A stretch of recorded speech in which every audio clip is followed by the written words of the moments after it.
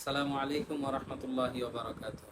আজকে সহজেই আল্লাহর সন্তুষ্টি অর্জনের একটি পথ সম্পর্কিত হাদিস আপনাদের সাথে আলোচনা করব। যে হাদিসটি হযরত আব্দুল্লাহ ইবনে ওমর রাদিয়াল্লাহু তাআলা আনহু থেকে বর্ণিত। তিনি বলেন, ক্বালা রাসূলুল্লাহি সাল্লাল্লাহু আলাইহি ওয়াসাল্লাম, রিদার রাব্বি ফি রিদাল ওয়ালিদি ওয়া সাখাতুর রাব্বি ফি সাখাতিল ওয়ালিদি। এই হাদিসটির অর্থ এরকম যে আল্লাহ রাসূল সাল্লাল্লাহু আলাইহি ওয়াসাল্লাম বলেন যে রবের সন্তুষ্টি পিতামাতার সন্তুষ্টিতে, আর রবের অসন্তুষ্টি পিতামাতার অসন্তুষ্টিতে। সুতরাং আমরা যদি আল্লাহর সন্তুষ্টি অর্জন করতে চাই, পিতামাতাকে বাদ দিয়ে আমরা কখনোই সন্তুষ্টি অর্জন করতে পারবো না।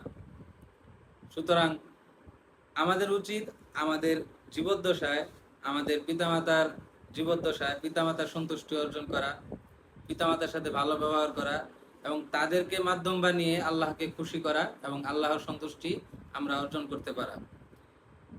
আল্লাহ তাআলা আমাদেরকে পিতামাতার খেদমত বেশি বেশি করার তৌফিক দান করুন এবং পিতামাতার খেদমত আমাদের জন্য সহজ করে দিন, এবং এই একটা মাধ্যমকে উসিলা করে আল্লাহ তাআলা আমাদের সকলকে আল্লাহর সন্তুষ্টি অর্জন করার তৌফিক দান করুন। আসসালামু আলাইকুম ওয়া রাহমাতুল্লাহি ওয়া বারাকাতুহু।